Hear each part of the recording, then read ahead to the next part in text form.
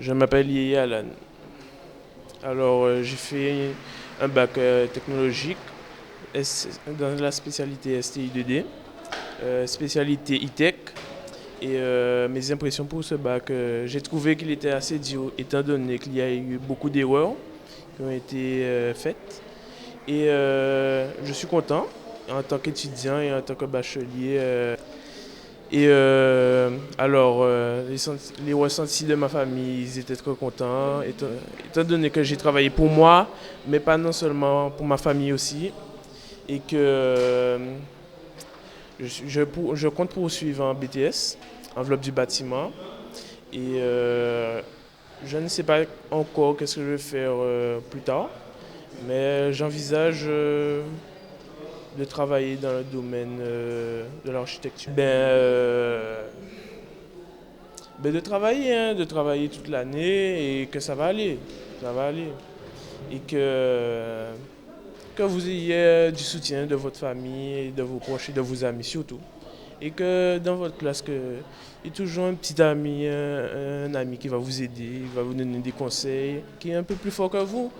Et voilà. Bonjour, je m'appelle Jeanne Janik.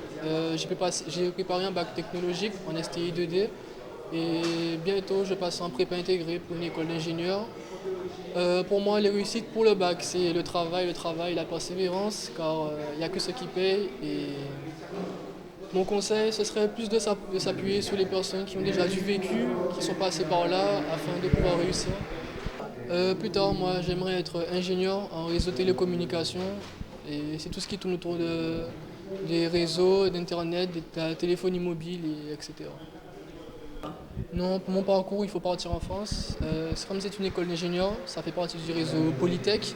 Donc il faut obligatoirement partir en France parce que c'est là où sont les métiers de l'avenir, enfin pour se former à l'avenir et pour ensuite revenir en Guadeloupe pour développer ma commune et voilà. Bonjour, je m'appelle Aurélia Pellemard et j'ai préparé un bac STMG. Mes impressions, c'est que l'année a été stressante, elle a été dure, mais au final j'ai réussi comme. Pour moi, je pense que c'est le travail. Mais en fait, il suffit de suivre un cours et de t'entraîner chez toi. Pour l'avenir, j'espère être infirmière en pédiatrie et peut-être pourquoi pas être cadre serait d'être attentif en cours. Parce que si vous êtes un élève du genre à ne pas trop apprendre ses leçons, vous pouvez beaucoup apprendre en étant juste attentif.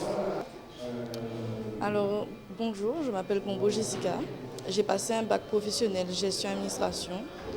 Mes impressions pour cette année, je vais continuer mon BTS en gestion-administration et puis j'espère que ça va bien se passer. Et surtout, je voudrais relever les professionnels parce qu'ils sont trop rabaissés. Je voudrais devenir puéricultrice ou alors continuer dans la gestion.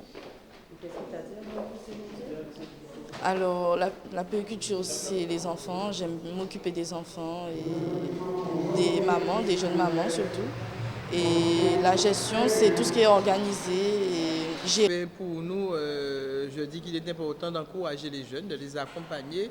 Mais c'est surtout pour leur dire qu'en fait, une porte s'est ouverte et qu'il ne faut pas s'arrêter là aujourd'hui.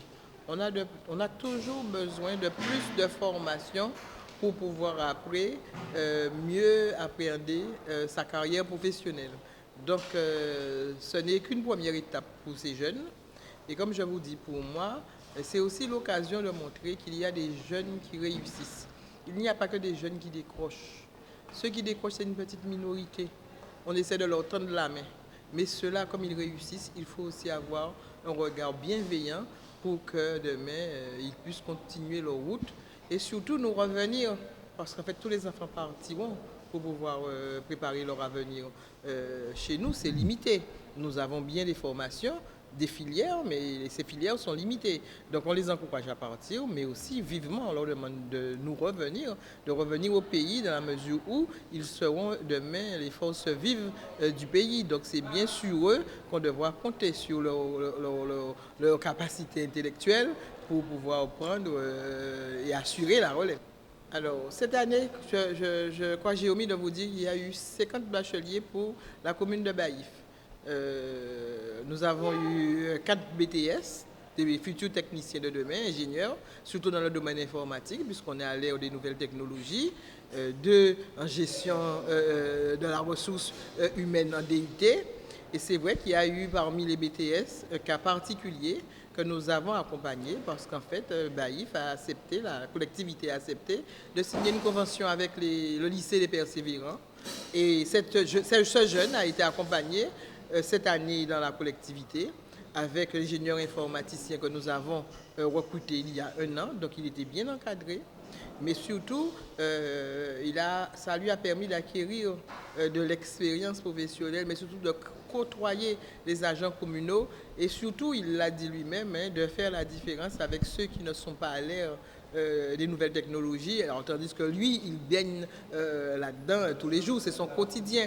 Donc il a dit qu'il faut s'armer de patience et pouvoir accompagner ceux qui ne sont pas justement de cette nouvelle ère de la dématérialisation. Et ce jeune, je dirais que nous, la collectivité, nous sommes fiers. Moi, personnellement, je suis fier dans la mesure où c'était un premier essai. Nous n'avons pas accepté pléthore de jeunes. Nous n'avons accepté qu'un seul. On s'est dit, on fait l'effort d'accompagner un jeune maïfien, mais c'est surtout pour qu'il puisse réussir. Donc, nous allons à pas qu'à danser. Mais sûrement, et la preuve, nous avons eu cette réussite où il est major de l'académie dans cette filière. Oui, mais dites-vous bien, ce sont les forces vives de la commune pour demain. Donc, comme je vous dis, on se doit d'avoir un œil bienveillant et surtout de suivre et moi, j'affectionne particulièrement la filière de la médecine. Et je ne pense pas que je le fais comme ça parce qu'en fait, on se rencontre aujourd'hui. Pour avoir un rendez-vous chez un ophtalmo, c'est 6 mois, 8 mois. Donc ça veut dire que le désert médical est en train de s'installer partout sur le territoire de la Guadeloupe, mais dans l'Hexagone, c'est aussi valable. Donc il faut peut-être encourager les enfants à aller dans des filières où demain, nous aurons besoin d'eux. On a une population vieillissante, donc il faudra forcément du personnel soignant, du personnel médical pour pouvoir s'occuper des personnes âgées.